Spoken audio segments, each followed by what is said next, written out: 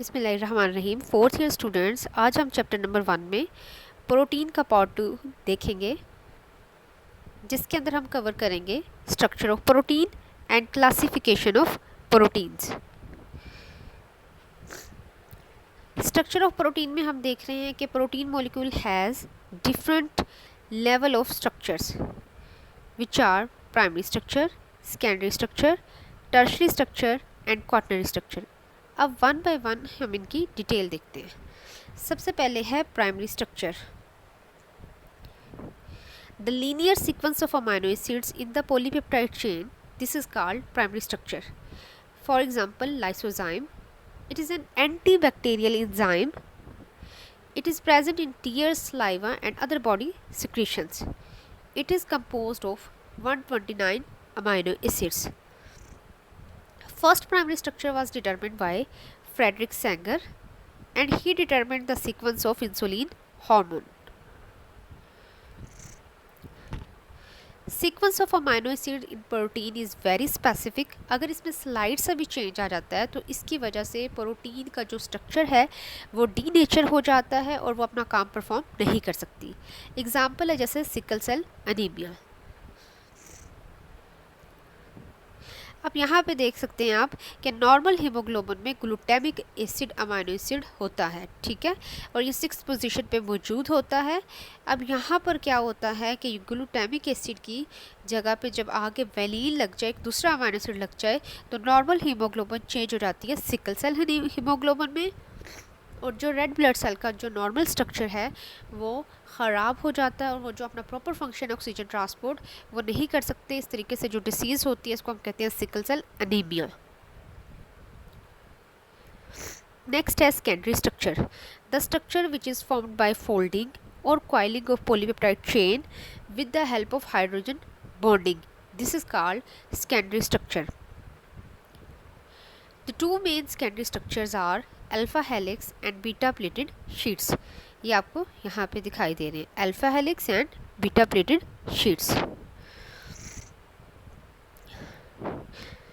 Alpha helix क्या है? ये एक रॉड लाइक स्ट्रक्चर है जो पॉलीपेप्टाइड चेन की कॉइलिंग से बनता है और इससे एक स्पाइरल स्ट्रक्चर की अरेंजमेंट होती है। इसकी एग्जाम्पल है lysozyme and keratin. Beta plated sheet, a sheet of polypeptide chain formed by folding back and forth of polypeptide chain. इसकी एग्जाम्पल है silk and fibroin.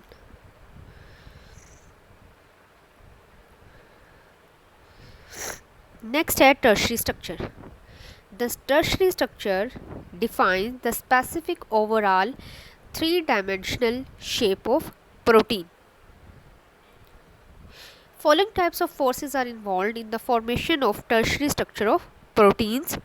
These are hydrophobic interactions, disulfide bridge, hydrogen bond, ionic bond. अब आप इस diagram में ये सारे forces देख सकते हैं। सबसे पहले ये वाली hydrophobic interactions, disulphide bridges, ionic bond and hydrogen bond.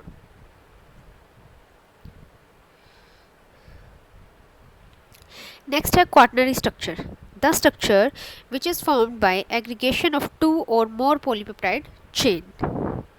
इसकी एग्जाम्पल है कोलेजन एंड हीमोग्लोबिन।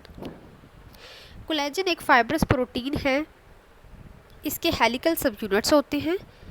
ये सब यूनिट सुपर कॉइल होते हैं और इनसे लार्ज ट्रिपल हेलिक्स बनता है।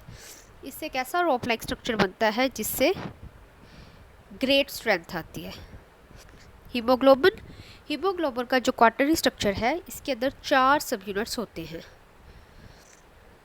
नेक्स्ट आप क्वाटरनरी स्ट्रक्चर देख सकते हैं कोलेजन का, और ये है हीमोग्लोबिन का। यहाँ पे आप देख सकते हैं हीमोग्लोबिन के अंदर 4 पॉलीपेप्टाइड चेन्स या 4 सब यूनिट्स आपको नज़र आ रहे हैं। नेक्स्ट है classification of proteins.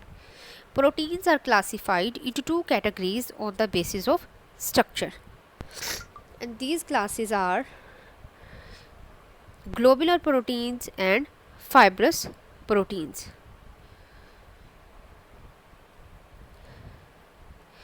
Fibrous proteins की अगर हम इनका डिफरेंस देखें तो फाइब्रस और ग्लोबुलर में फ़र्स्ट डिफरेंस ये है कि फाइब्रस प्रोटीन्स की जो शेप है वो लॉन्ग एंड नैरो है, जबकि ग्लोबुलर की राउंड एंड स्फेरिकल है। पर्पस या इनका रोल फाइब्रस प्रोटीन्स का स्ट्रक्चरल है, ग्लोबुलर का फंक्शनल है। नेक्स्ट है एसिड सीक्वेंस कैसा होता है। रेपिटेटिव अमाइनो एसिड सीक्वेंस होता है फाइब्रस में, जबकि इरेगुलर अमाइनो एसिड सीक्वेंस होता है ग्लोबुलर में। ड्यूरेबिलिटी किनकी है अच्छी। फाइब्रस प्रोटीन्स लेस सेंसिटिव होती हैं to changes in temperature and pH, जबकि globular proteins are more sensitive to changes in temperature and pH.